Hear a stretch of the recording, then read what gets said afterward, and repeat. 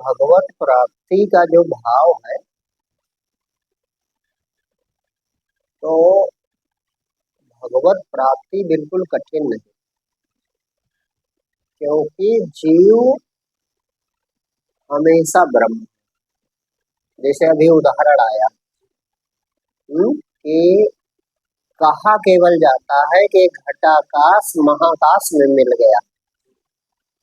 क्या घटाकाश माने घड़े के अंदर खाली जगह महाकाश में मिलती है? वो हर जगह आकाश पहले से है, तो मिलना क्या है? अगर सचमुच आकाश तत्व को कोई पहचान रहा है तो वो यह कभी नहीं कहेगा कि घटाकाश महाकाश में मिल गया। बस दीवारें थी, दीवारें गिर गई, वो अलग बात।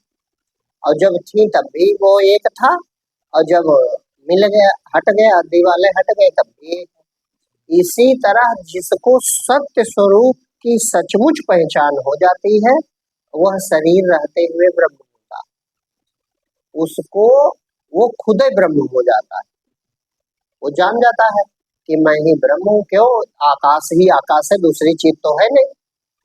तो जैसे घड़े के अंदर की खाली जगह ने जान लिया अपने को, मैं खाली जगह हूँ, और वो देख रहा है मुख के ऊपर सब खाली जगह है, तो जान नहीं जाएगा सिर्फ मैं। बस इसी तरह जो चैतन्य तत्व मात्र है, वो जब अपना जीव है वही चैतन्य तत्व ही अपने साथ शरीर देखता है, मन इंद्री देखता है, तो अपने को जीव मान लिया उसने, शरीर मान लिया। ये अज्ञान हो गया। लेकिन देखो, बल देना है और खूब दृढ़ निष्ठा होनी चाहिए। काहे कि जो चीज है ही नहीं तो वह तुमको कैसे बांध सकती है?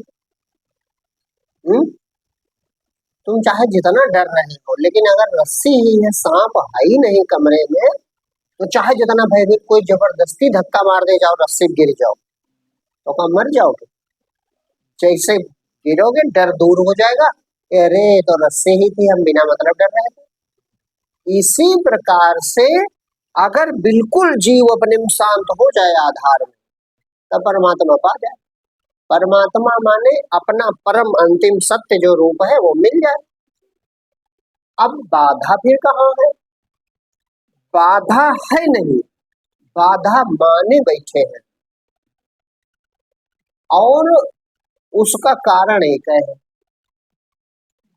अपने को शरीर मानना और फिर विषय की वासना करना सुखी होने के लिए। ये गुप्त रूप से सबके अंदर बनी रहती है। वो मुंह से चाहे जो बातें करे, कोई बड़े त्याग की करता है, कोई बड़े बैराग की करता है, लेकिन अंदर जिसके वासना है रत्ती भर भी, तो वो थोड़ी वासना विषय या अवसर मिलने पे फैल जाती। जैसे थोड़ा सा बादल, हवा चली, फैल गया। बस इसी तरह किंचित भी वासना है, अवसर मिला, बस वासना युक्त हो गया।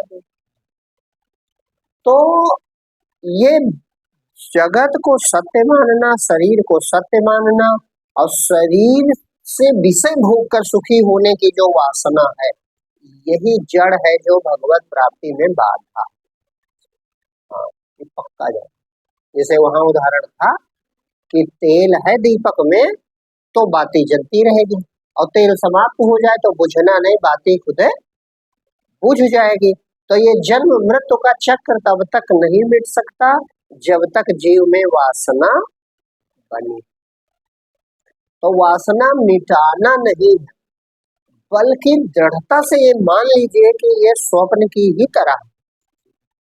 जिस तरह स्वप्न में हम अपने ही आनंद से आनंदित होते हैं और अपने ही भ्रम विचारों से दुखी होते हैं, वहां कोई दूसरा है ही नहीं जो हमको सुखी या दुखी कर सके।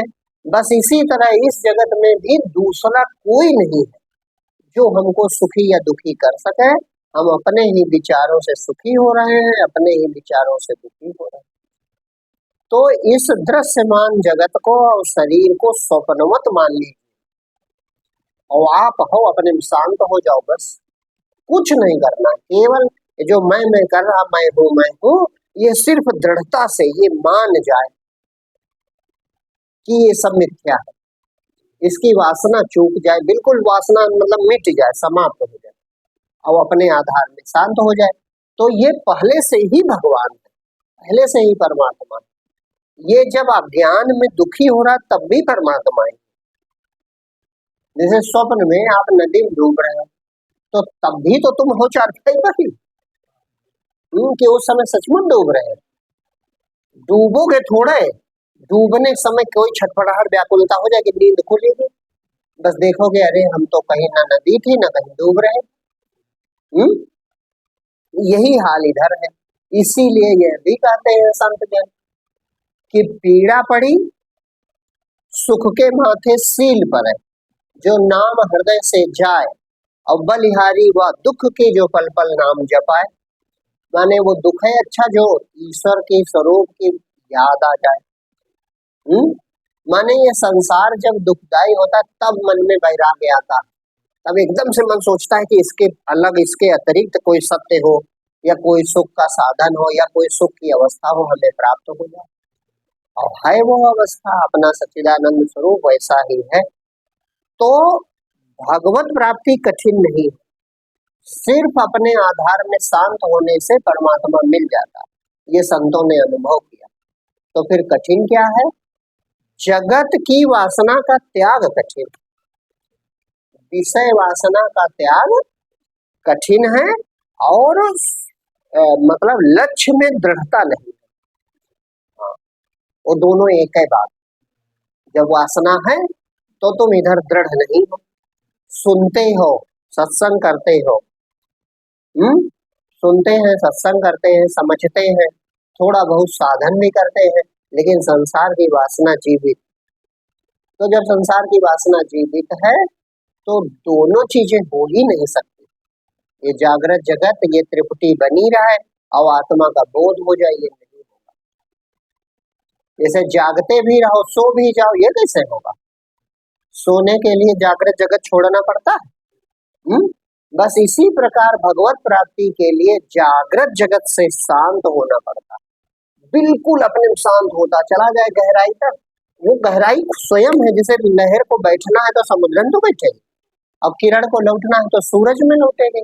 इसी तरह जीव परमात्मा तक पहुंच ही जाएगा, क्योंकि वहीं से तरंगित हो रहा मैं हूं के रूप में प्रकट होता है। लेकिन मैं हूं ये अपने को जानता नहीं है, शरीर को लेके करता, शरीर इंद्रिय संसार को देख के मैं हूं मेरा ये करता, लेकिन ये खुद है सत्य।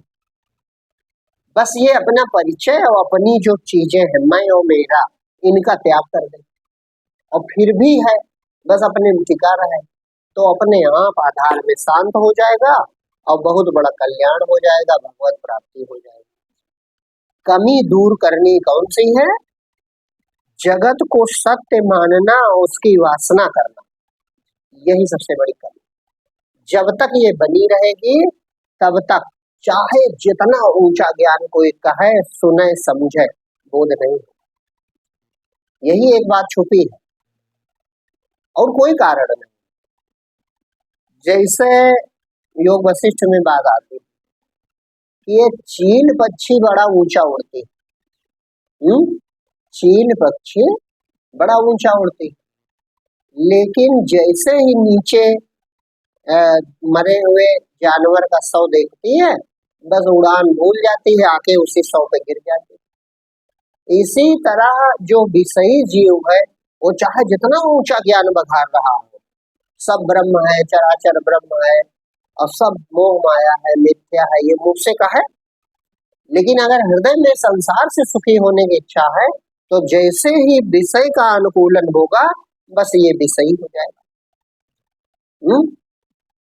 तो यही कारण है कि लोग पार नहीं पाते, विषय की नमी कहीं ना कहीं हृदय में बनी रहती।